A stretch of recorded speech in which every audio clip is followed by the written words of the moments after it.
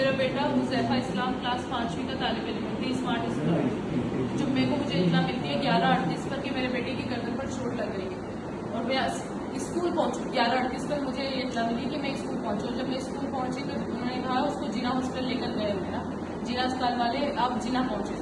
मैं वहाँ पहुंची तो मेरे बेटे को बहुत डीप कट था और डॉक्टर ने वहाँ से उनको सिविल रेफर किया। वहाँ उसका ऑपरेशन हुआ है और वो बेड पर है और डॉक्टर उसकी हालत सीरियस बताते हैं। अब किसी हॉस्पिटल, कौन सी हॉस्पिटल में है? सिविल हॉस्पिटल रामा सेंटर में आईसीयू में है। मेरा बेटा बेड पर है और 100% बेड पर है।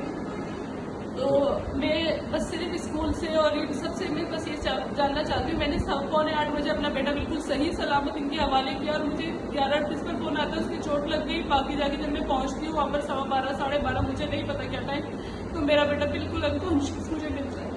मुझे ये पूछना है कि मेरे बेटे के साथ ऐसा हुआ क्या।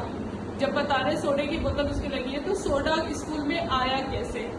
मेरा बच्चा 5वीं का जब तालिब इल्म है वो 6ठी से 8वीं तक के फनकाला में पहुंचा कैसे, टीचर्स कहाँ थी। डॉक्टर कहते हैं उसको खून बहुत ज्यादा जाया हुआ जिसकी वजह से वो इस कंडीशन में कि उसके अंदर के जो ऑर्गन्स हैं वो सारे डैमेज होने के खदशे हैं। तो मुझे ये पूछना है कि चलो हादसा भी अगर हुआ जो भी, तो सबका क्या क्या किरदार था। मेरे बच्चे को फौरन तिब्बी इमदाद दी गई या नहीं दी गई, मुझे इस बारे में सारी बात करनी है। मुझे ये इंक्वायरी इसलिए चाहिए कि इंक्वायरी में न्यूट्रल होकर सब फैसला